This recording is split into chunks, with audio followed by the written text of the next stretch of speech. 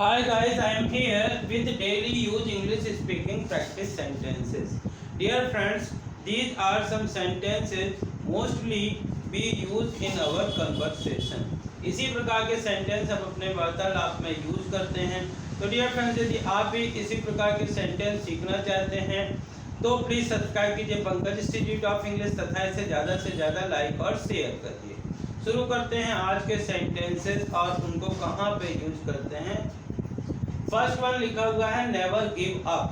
जब हम किसी से ये कहना चाहते हैं कि कभी भी हार मत मानो या जो कोशिश है उसको करना बंद मत करो, तो बोलते हैं नेवर गिव अप, कभी भी हार मत मानो.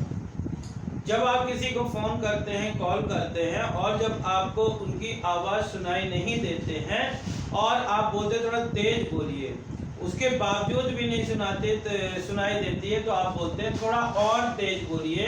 तो बोलेंगे please speak more loudly. Please speak more loudly मतलब कृपया और तेज बोलिए. और जब हम कहीं पे ये जानना चाहते हैं कि यदि आप वहाँ पे गए थे तो क्या वहाँ पे कुछ गड़बड़ था, क्या वहाँ कुछ दाल में काला था, तो इसको बोलते हैं was there anything fishy. Was there anything fishy? क्या वहाँ कुछ गड़बड़ था. कई बार ऐसा सोचते हैं हम कि यदि ऐसा ना होगा तो क्या होगा.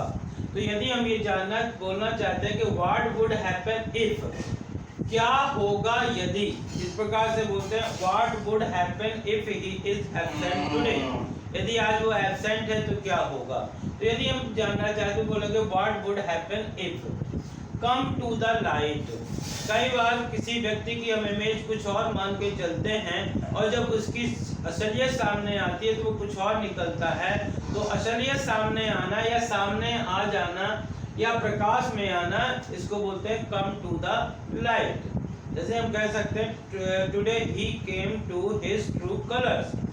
इस प्रकार से कम टू द लाइट यानी प्रकाश में आना. और जब कोई व्यक्ति कहीं पे पहुंचने वाला होता है और हम ये बताना चाहते हैं कि वह रास्ते में है तो बोलते हैं he was on the way. वह रास्ते में था.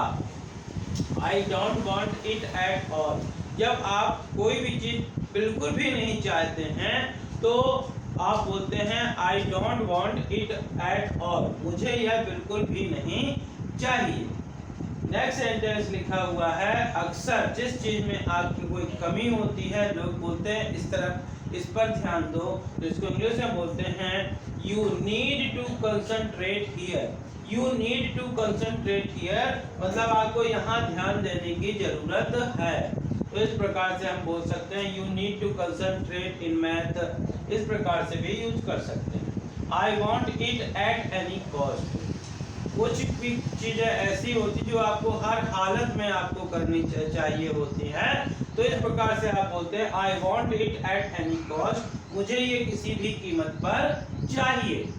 और everyone wants exactly the same. कभी कभार जब किसी को कोई चीज़ देने की बात आती है तो लोग सोचते हैं कहीं हमको कम तो नहीं है या ज़्यादा तो नहीं है.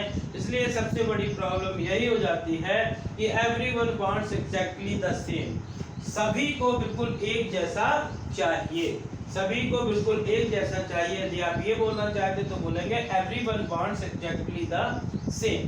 सो dear friends, you can see these are very common sentences and these sentences are very easy to learn. यदि आप इनको बार बार पढ़ते हैं, लिखते हैं या सुनते हैं तो ये सेंटेंस आपके माइंड में बिल्कुल उसी प्रकार से हो जाएंगे जिस प्रकार से आप हिंदी बोलते हैं. तो practice these sentences again and again by reading, by writing और बाय लिसनिंग.